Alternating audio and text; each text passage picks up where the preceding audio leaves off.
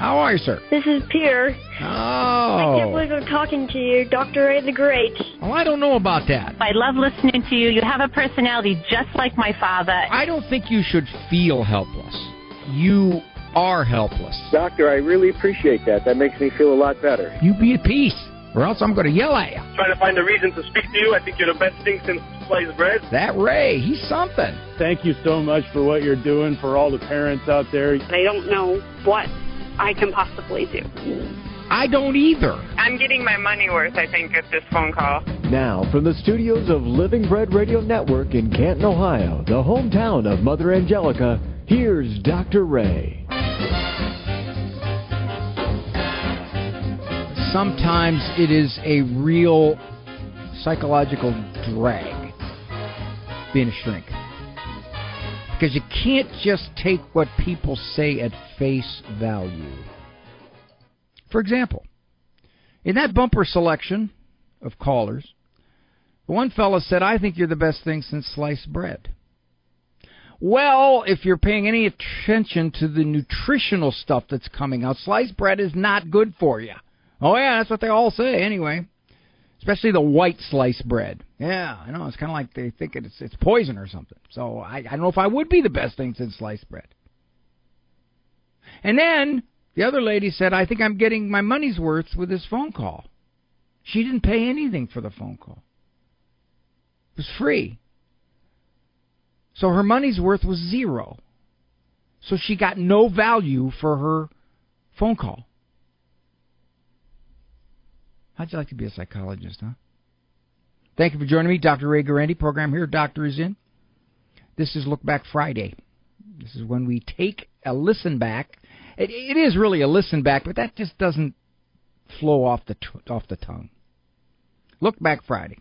Take a listen back to these calls that have come in, usually sometime in the past couple of months, and extrapolate. Talk a little bit more about them, whether I want to bring up a side issue, whether I want to define a term, whether there's something that I said that, now that I think about it, needs to be fleshed out a little bit. So that's what we're going to do. Got several of them up there. I have a Facebook page. A lovely woman takes care of my Facebook page, Katie, and she has been managing it for some time now. Does a beautiful job. And I had to be dragged kicking and screaming to Facebook. I had a bad taste in my mind. I didn't realize it could be used for very good things. You know, people use it to keep in touch with family and friends, especially on a distance. That's great. But I had this stereotype of a Facebook page that essentially says, here's me. Here I am sitting at the kitchen table eating a donut, looking outside. The temptation, the inclination for Facebook to become a look at me was something that was just a bad taste in my mouth. But Katie said, no, Ray, we can use this. We can use this to offer things that might help people in terms of living a better life. And then every so often she does throw in some of those personal things. There's an irony to that, too. Personal things seem to get the most response. I noticed that. Put up a picture of me and my wife about 1.5 years ago during a birthday party. We got more response than what I thought was something I gave that would be helpful for living, which tells me maybe it wasn't so helpful for living. All that said, I have decided I'm going to try to expand my social circle by using Facebook principles. You know what you do on Facebook to expand your followers or your likes, thumbs ups. I'm going to do that. And I've been doing it for the last month. So, say if I'm walking down the street, somebody's walking by, I tell them what I ate that day, how I feel, having had a situation with a friend, what I watched the night before, what time I'm going to wash my car. I tell them all that. And then I have pictures of my family, my dog, pictures of me outside mowing the lawn, working in the garage. I have pictures of me standing in front of a restaurant that I went to, driving around town, having lunch, pretty much doing what anybody and everybody does every day. And then I listen in to their conversations. I kind of go up to them, I sidle up to them, and I listen. And I give them a thumbs up, And I tell them I like that. I like that. And it's working. It is working just like Facebook. I already have 4 people following me. 2 police officers, a private investigator, and a psychiatrist. So I'm doing pretty good. My Aunt Esther died when she was 93. She was my mom's older sister. My mom had 2 older sisters. Aunt Esther was the oldest of the older sisters. She was the older of the older sisters. Died at 93. Aunt Esther wanted to be a nun, but she ended up being married. Toward her latter days, I would visit her in the nursing home. One day I came in. She was laying there in bed, seemed to be sleeping, I guess, unconscious. Somehow she stirred, she got up, she looked at me, and she said, "I like chicken. I don't like the inner parts, but I like the leg." Then she went back down. Fell asleep or drifted into unconsciousness. And later that day I found out that Aunt Esther had passed away. Aunt Esther was about 4'9". Maybe she wore heels 4'10". Tipped the scales, 98 pounds maybe. Actually, she probably had to gain weight to be a 98-pound weakling. My aunt was among the most gentle souls that I'd ever met. To call her sweet would be similar to calling Mother Teresa a nice person. It'd be an abusive understatement. One time Aunt Esther was at home. She was in a neighborhood that was deteriorating. It was becoming bad. And she had grown up there, and so she still lived in the same house. She walked into the kitchen, and there was a young man there who had come into her house and was grabbing her purse from the kitchen table. She said, in an explosive temper fit, "Hey, put that down, you dirty dog." It must have been because she was so intimidating that he took off. What was it about Aunt Esther? She was very religious, so in a lot of ways her gentle temperament was part of her religion. She also lived a long time. When you live a long time, hopefully you learn stuff. But the stereotype of the sweet little old lady was my aunt.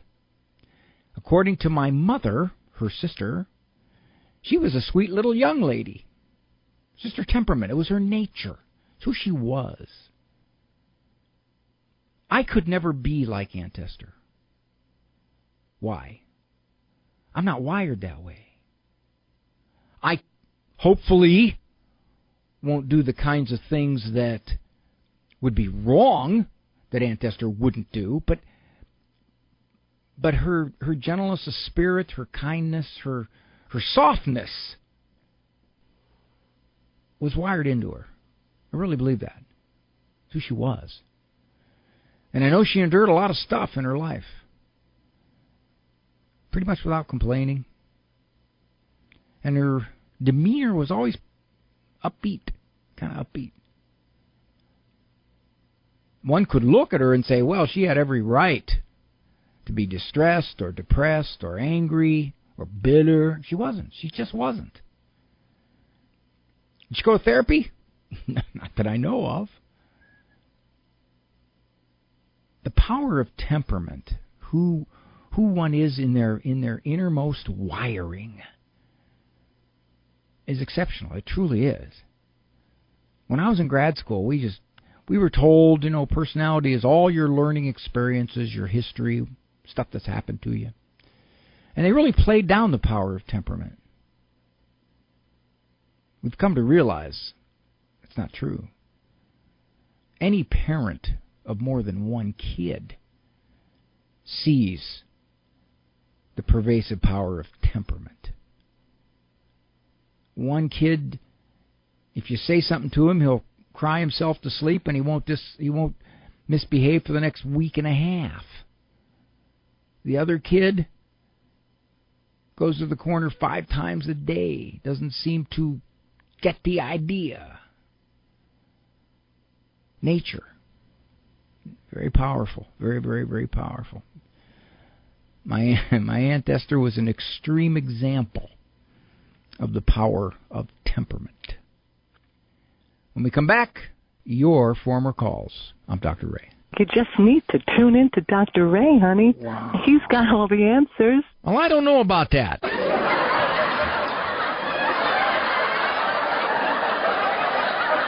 I don't know.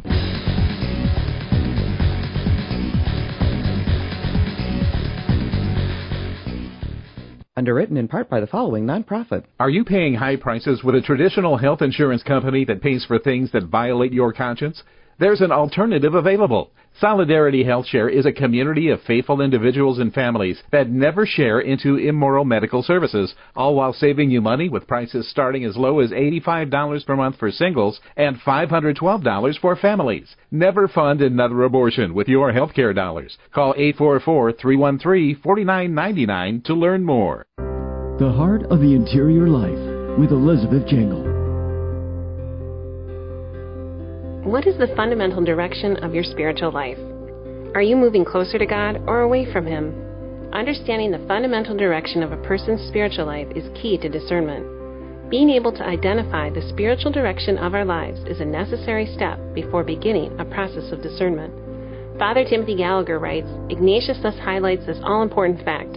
To discern correctly which spirit is working in a person's heart, and so to know what we should accept or reject, we must first identify the fundamental direction of that person's spiritual life. The first rule in St. Ignatius of Loyola's 14 Rules for the Discernment of Spirits gives us an opportunity to consider anew the direction of our spiritual journey. Take a moment to consider what is the fundamental direction of your spiritual journey.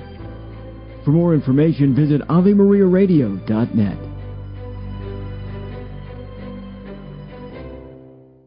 When your children consider going to college, where are you going to find a place that will prepare them for the future and build on the foundation that you've laid? The answer? Ave Maria University. With an authentically Catholic curriculum, including 35 majors, AMU prepares students to take on the world. My daughter told me she was published in a scientific journal as an undergrad. I'm so proud of her. The world needs Catholic physicists, and my daughter's going to be one of them. Learn more at AveMaria.edu. That's AveMaria.edu.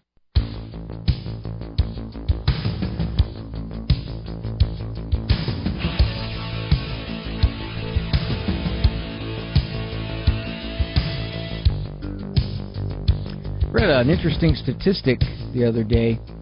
It was in the Journal of Incomplete Statistics.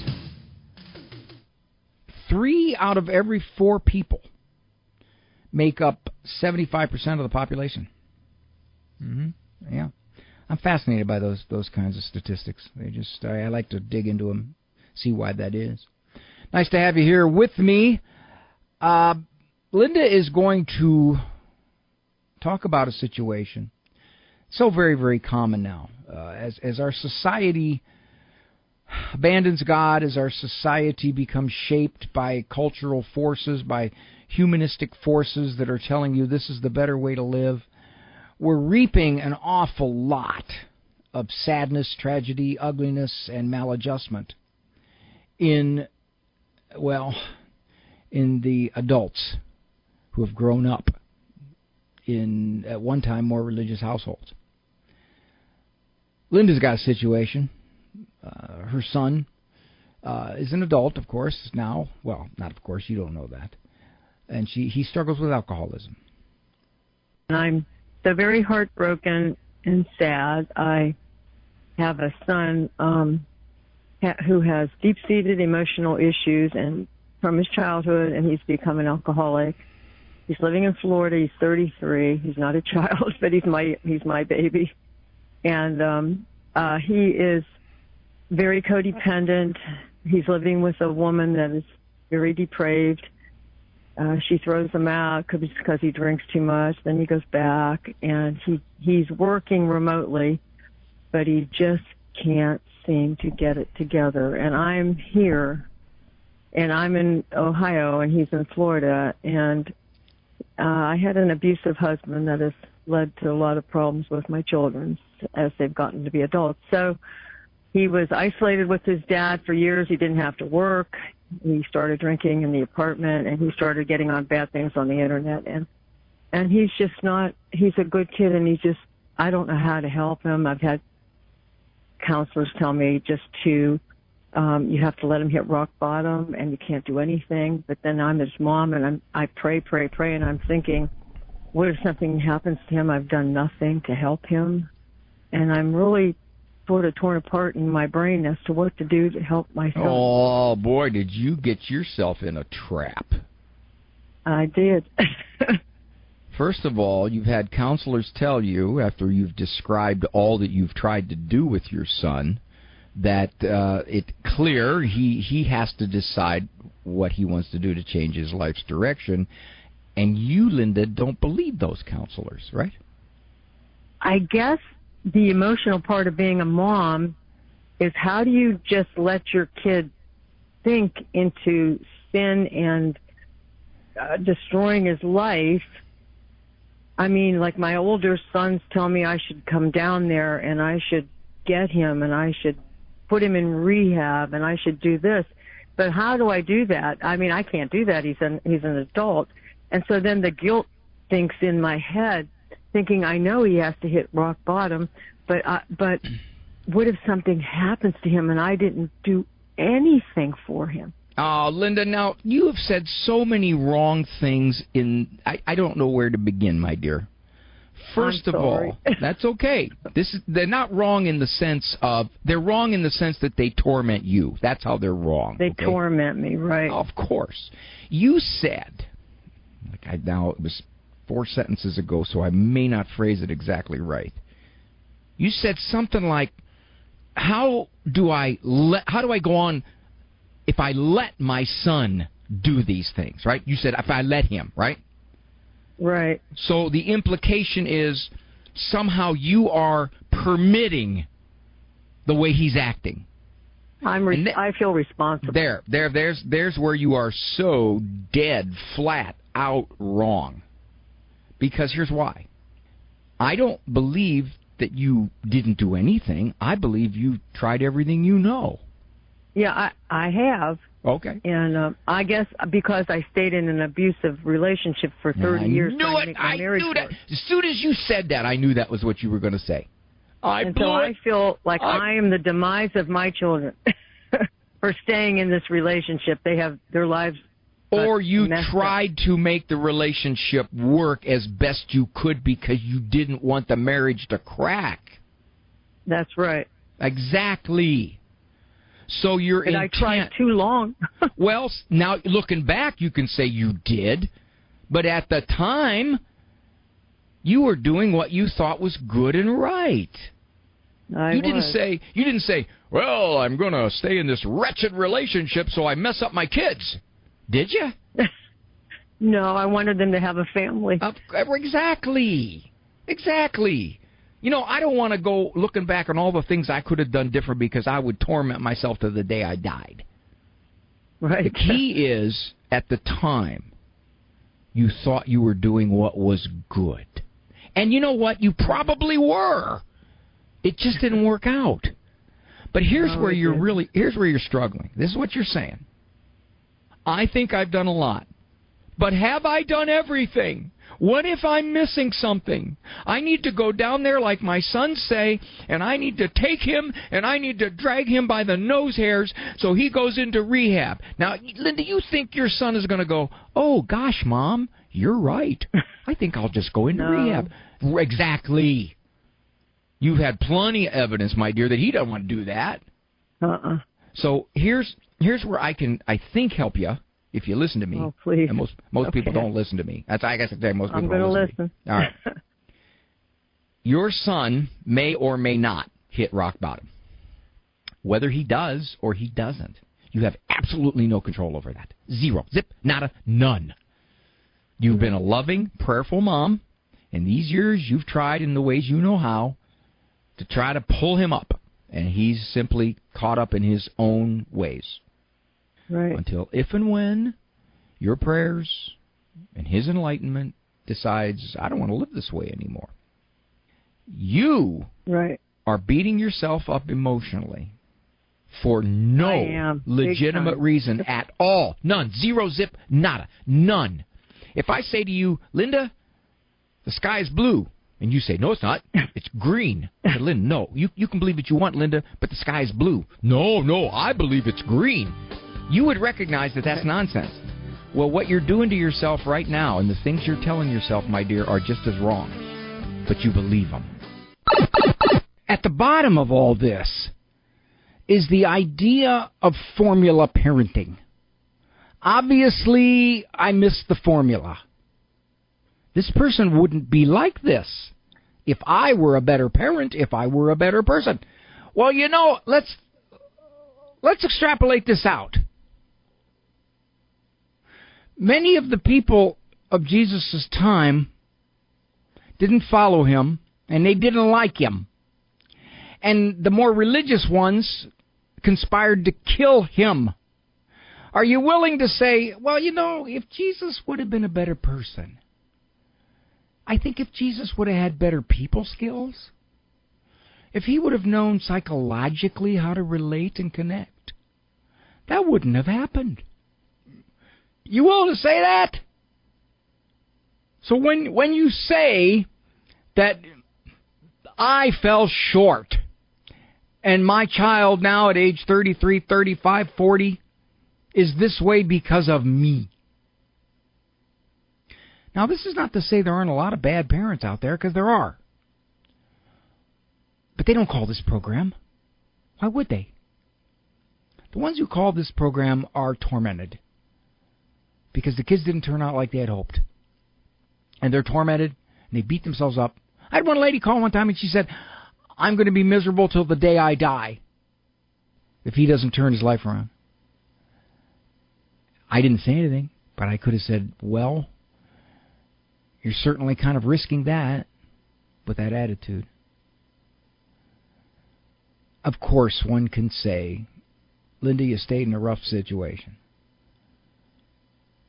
But if you want to go according to the research, it could have been even worse if she would have left early. And that's a question I should have asked her, and this is one of the reasons I put it on the look back. I wanted to say, how do you know that your son would be any better had you left the relationship when he was 10? How do you know that? You have no idea. You can't compare that. You have no way of knowing. Unfortunately, there's too much opportunity to screw up your life in our culture. And a lot of young adults head that way. They do. My son said to me, Dad, in your generation, an idea was you got to hit rock bottom before you bounce back up. You heard Linda say that a couple times. He said, in my generation, we hit rock bottom and we party down there with our friends. An incisive point. There's so much of that happening. People living their lives so poorly in such great numbers that, in fact, it's no guarantee when you hit rock bottom you're going to bounce back up. You don't know. I don't know if Linda will ever have peace, but it's a tragedy that she doesn't.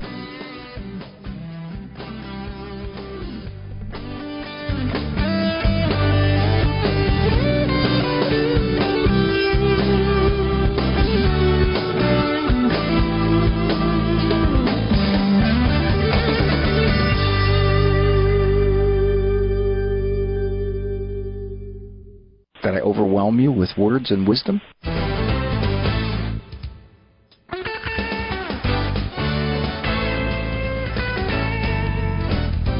Day late, dollar short.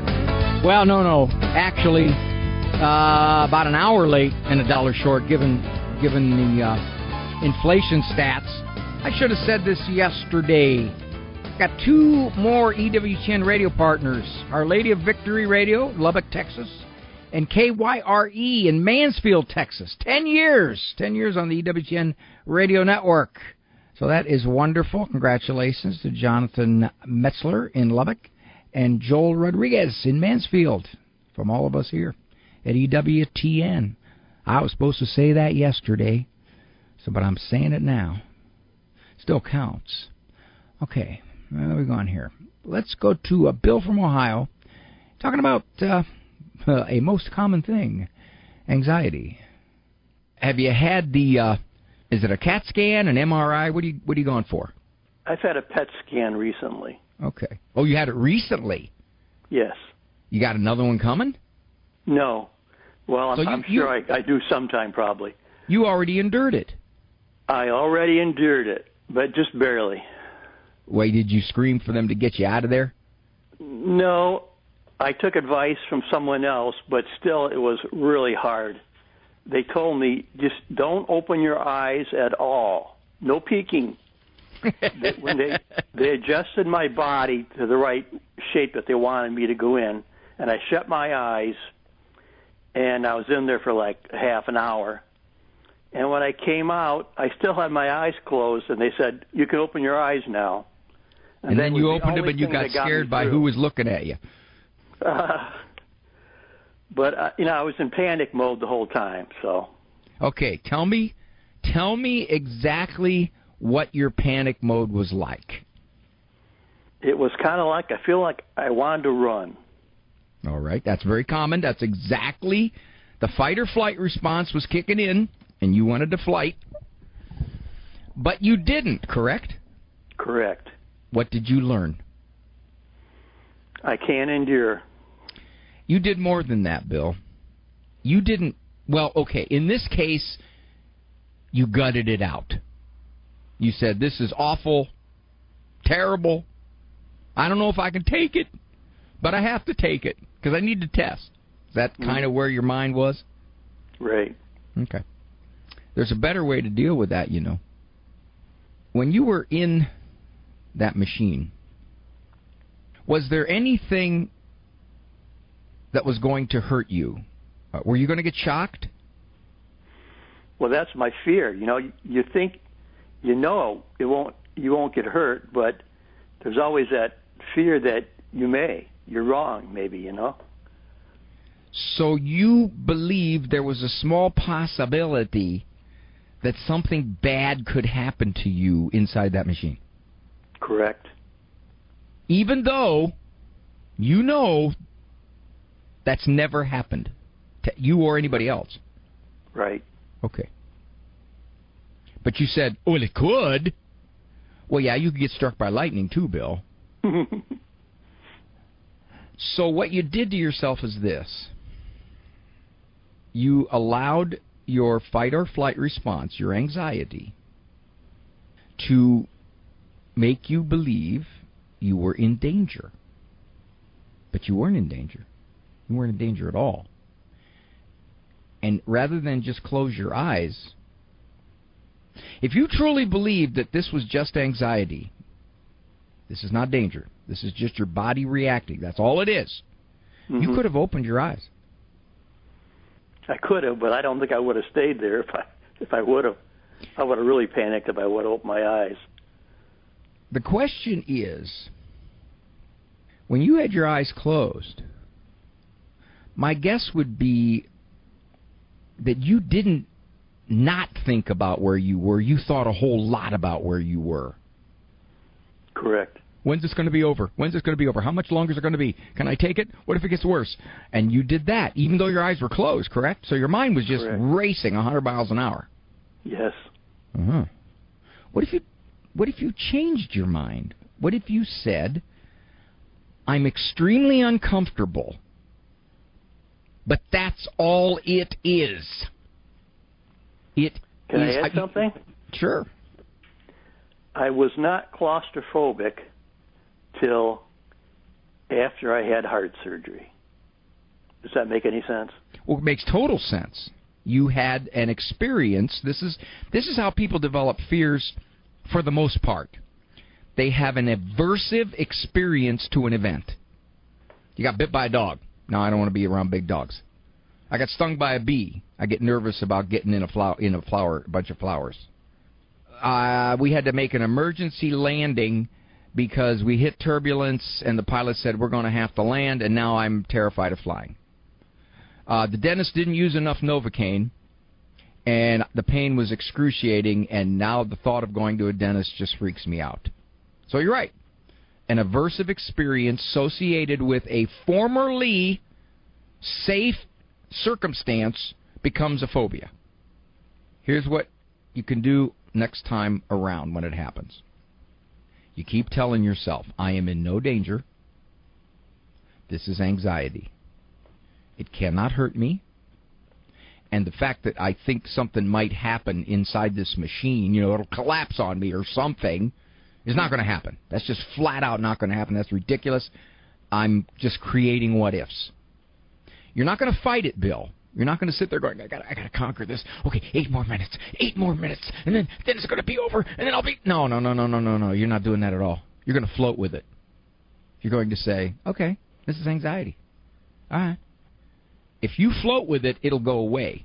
If you fight it, it'll hang around. Bill said an interesting thing that is a common misconception when you're in an anxiety state. He said, if I would have opened my eyes, I would have left. I would have gotten out of there. What he was saying was the anxiety would be at a point where it would force me to act a certain way. Common misconception. Anxiety is an ugly feeling, but it doesn't force anything. It feels crazy, but it doesn't make you act crazy. Very, very, very common fear about being afraid. What is my anxiety going to do to me? In most cases, not much. It's going to make you extremely uncomfortable. That's what it does.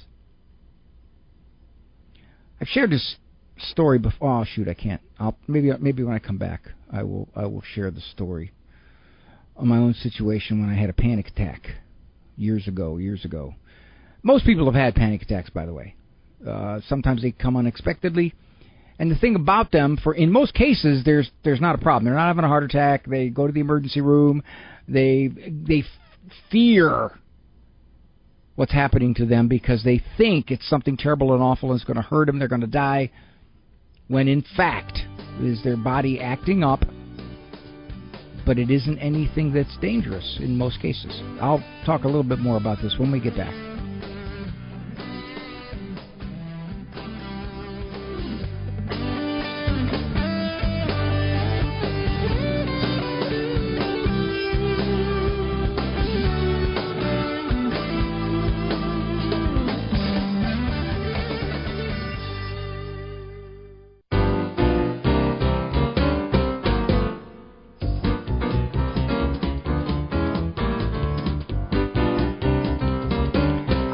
One of those jobs where people ask me,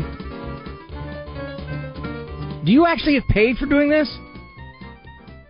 And I think I have that job right now, getting a chance to be with you and to hear and listen to your situations, put heads together and see what we come up with. I was going to share this story about my own panic attack. This is a long time ago. Oh, boy. This is back when I could run really fast, and I played the outfield. And I used to look forward to practice, because practice could be an hour and a half long, and I'd go out in the outfield and shag fly balls and come charging in on ground balls and get all excited about throwing it as hard as I can to second base. So I've been practicing for well over an hour. Somebody really crushed the ball. That ball was gone. So I took off after it, man. I was sprinting with everything I had. When I got to the ball, I noticed that this feeling is kind of weird. It wasn't a post-sprint acceleration of my heart. It was an absolute rocketing of my heart. And I was breathing really fast. No, some might say, well, yeah, you just sprinted. Yeah, but I knew the difference between a sprint and what was happening. I don't like it. My heart was pounding. Felt lightheaded. I didn't know what was going on, so I just sort of knelt down out there in one leg, waited for it to pass. Didn't pass. So I walked in and sat in the bleachers behind the backstop, thinking to myself, what is this? Feels like a panic attack. I've had a lot of clients tell me about panic attacks, but I'd never had one. Now I had one, so I could relate to them. I remember thinking, what exactly is going on here? Now, I knew enough about panic attacks to not panic. I knew there was a high likelihood that there wasn't anything wrong with me. I wasn't having symptoms of a heart attack. I wasn't on the verge of dying. My body wasn't turning on me. And besides that, I knew that if I sat there, eventually, if it was a quote-unquote true panic attack, it was going to pass. They all pass. Eventually, and it did. It took about 10 minutes, but it did. It passed. Went away, it stopped. Left me with a bit of a residual uneasiness. After that, we went to a local fast food place. We're standing in the line waiting. I'm looking at the menu. It occurred to me, I hadn't eaten since yesterday at about the same time. 24 hours. I've been distracted by activities and just neglected to eat. I think at the time I was maybe up at school and just driving down here and doing whatever I had to do. Didn't happen. My blood pressure, I'm sorry, not my blood pressure, my blood level probably plummeted. And that'll do it. You get a low, blood level. That's not what I meant. Bad phrasing here. My what the heck was it? Blood sugar. That's what I meant to say. My blood sugar level had plummeted, and that'll bring on those kinds of feelings, no question. So I had an explanation, and I didn't panic about panicking, but most people panic about panicking. They're scared of it. They don't know what it is. It's like something you never had before. Very common places are closed-in spaces, and very common closed-in spaces are MRIs or CAT scans. I remember once I had a CAT scan. This was probably when the kids were all at home. And I had one for my neck for some reason. And I went into the CAT scan, and it bangs every so often. It's boom, boom, boom. I fell asleep. Yeah. Because that banging was less noise than my house. When I came out, the technician said, "You fell asleep." I go, "Yeah, I know. Sorry about that." They said, "We don't need you awake." All righty. So we have a follow-up call to Bill here. Kathy from Massachusetts. I've heard you talk about anxiety on so many different occasions, and I've often wanted to call. I was perfectly normal in my life, and one day I had a panic attack out of the clear blue sky, didn't know what it was, did check into it, realized that's what I was having, and I actually struggled with it for like 10 years. It did change my life of what I did and what I was afraid to do because of the what-if thinking. And you're 100% right. Everything you said about anxiety, 100% right, Dr. Ray. Well, I would have been offended if you'd have said 97% right, but 100, okay, I can accept that. Yeah, but one thing I did want to say is that when I finally, I listened to something one time, and it really stuck with me, and it's what helped me to get along. And I think, when you're in anxiety, you get to try to feel safe and where you're going to go, and I have to be with this person to make me feel safe. And I heard something one time that said really that I am really in control, like I can take control of it all. And I thought, really?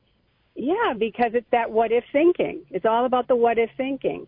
So when I realized that I actually was in control of it, I didn't have to depend on anybody else, just myself, and that I could do that, and it was easy to do, I think that was half the battle for me, and maybe that would be for other people. So what I did was I just started, like what you were saying, I just had an MRI too, a CAT scan, and it's the same thing. I can start maybe to get those funny little feelings, and I immediately take a deep breath and a big one. I let it out, and I always say, I'm going to be fine. I'm fine. Nothing's going to happen to me. I am fine. And that's good thinking. That just sort of helps me. That is good thinking. You said a number of key things, Kathy. Want to address them. You said you had an out-of-the-blue panic attack. Yeah. Did you ever find out where it came from? No, but I honestly think as I was just overworked, I think my body just finally said, Kathy, you got to slow down. And that is one of the common reasons. Fatigue is one of the common reasons. So what happens is the body, always primed to react to danger, just spurs. It goes. It's kind of like a machine that's just run on high idle. And you're right. Many, if not most, panic attacks are unexpected, inexplicable. They just happen. But what you did, and then you said something, and then you said something significant again. I checked into it. An awful lot of people go to the emergency room because they think something's wrong. I almost did. Mm-hmm. Same thing. Yeah. Because, and then you said, well, I found out it was only anxiety. Well, I'm glad you did, because many people don't believe it was only anxiety. Even after they go to the emergency room and they get a clean bill of health, they say, well, I think they missed it. Something's going on. That feeling was so terrible that something's happening and they just haven't found it yet. I mean, I've had people do that. But I'm glad you didn't. But here's the thing you did. I think you did self-therapy. Although you said something that really, shook me up. I was panicky when you said it. You said it affected your life for 10 years. Yeah. Took me a long time to figure it out. Well, were you having repeat attacks? I think in my life I've only had actually 4 panic attacks. But that whole fight and flight thing, I started learning about it, and the more I read about it and learned about it, but it took me a while to get to that place. So that's why it took me so long. I really wasn't, I guess I didn't believe it for a while. And then I finally believed it. I read something that made me to believe it, and then I moved forward that way. Wait a minute. You just confirmed what I said, which is I didn't believe it. In other words, it isn't just my body acting up. It is something wrong, right? Yeah, I guess I just couldn't figure it out. I didn't, because I kept feeling the feelings, I think. So it took me a while to figure out that I could do something about that myself. I didn't think I could do it myself. You know why you had them again? I think so. Yeah, I really do. Because once I realized that I actually could control it myself in my thinking, to me that was like, oh my gosh, because I heard this other woman who was so much worse than me, and she did it, and I'm like, well, if she can do it, I can do it. That's right. I'm as tough as she is. I am. So, and I think it was just knowing that. It gave me power within myself, I think, to know that I can do it myself. Well, you are giving people a therapeutic lesson here, Kathy. It isn't that you fought it off. I don't want people to think that. You didn't fight it off. What you did is you accepted it. You said, well, whatever it is, it's not going to hurt me, and I'm not going to be afraid of it. I'm not going to fear the fear. And once that mindset kicked in, it took you a long time, and I think the reason it did is because you were still fearing the fear. There was always this nagging, when's it going to happen again? What if it happens again? Where will I be when it happens again? I don't want it to happen in church, because that would be awful, because then I'd have to run out of church, and I'd look so disruptive, and everybody would stare, what's wrong with her? And she's not even levitating. She's running. So you're right. That's what you did. It's called anticipatory anxiety. And once you worry about it happening again, you make it more likely it will happen again. Yeah, if you're not afraid of it, if you recognize that if it does happen again, it's an extremely unpleasant state, but but it isn't a damaging state, not unless something is physically wrong with you, and we're going to assume that, like most people, they get a checkup and they find out, nope. So once that happens, they become scared. I couldn't predict it the first time, so I won't be able to predict it next time. Oh boy, I got to hurry here because I'm past break. If I would have not come to the conclusion about what my particular panic episode was, if I would have remained ignorant to what it was and scared by what it was and would have thought, gee, I hope that never happens again, I could have talked myself into a fear of, what if it happens in a game? What if it happens when I'm at bat and we're tied and it's the bottom of the seventh and there's 2 outs? And if I get a hit, we win. But right now I'm having a panic attack and I can't even see the pitcher because I'm so scared. That's what I would have set up for me. I'm sure of it.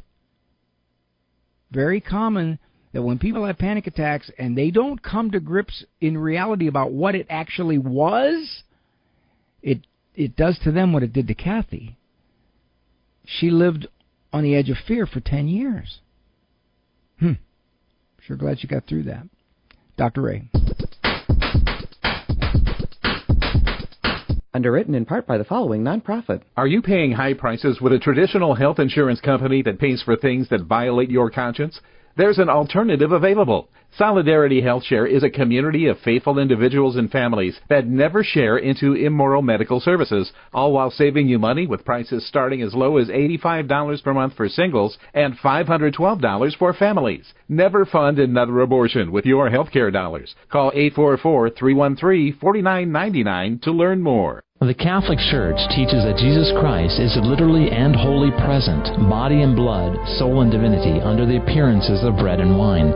St. John the Apostle records the John chapter 6 Bread of Life discourse, in which Jesus states that his flesh is true food and his blood true drink.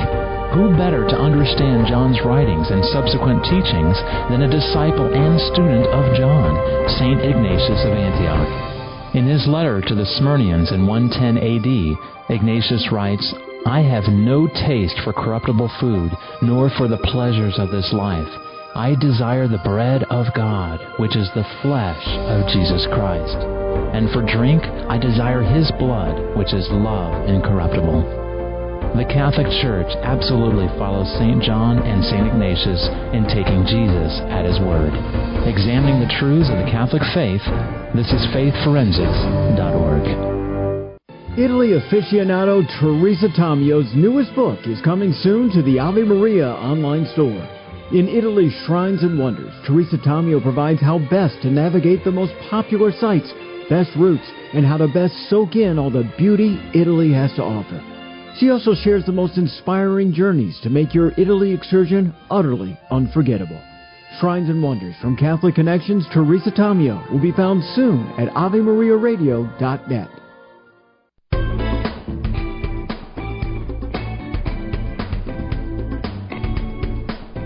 Well, maybe I'll talk a little bit more.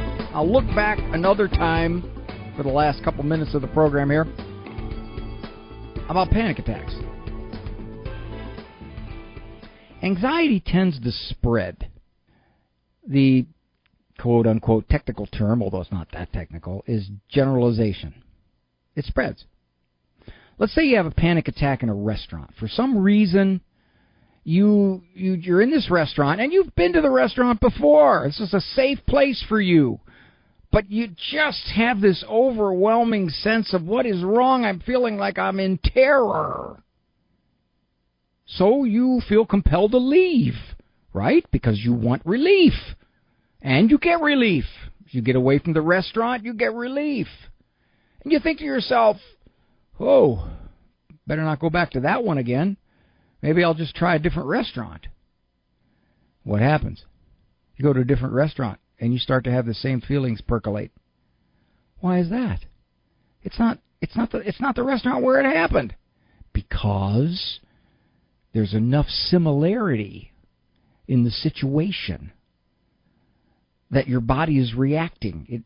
The first time it reacted as though there was danger. You had no danger. Well, this time it's reacting the same way. So that's what tends to happen if you let the panic rule. It doesn't just stay in one place. It tends to spread.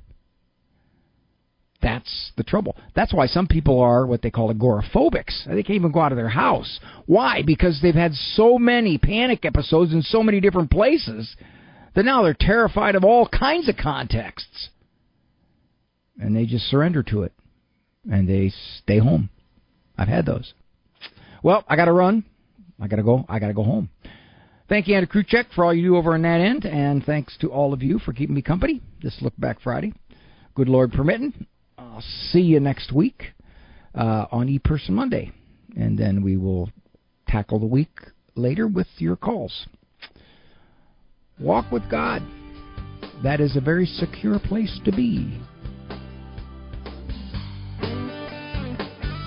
For information on Dr. Ray's presentations, books, and CDs, visit drray.com and follow him on Facebook and Instagram. The Doctor Is In is a co-production of Ave Maria Radio and EWTN Radio and carried across the EWTN Global Catholic Radio Network.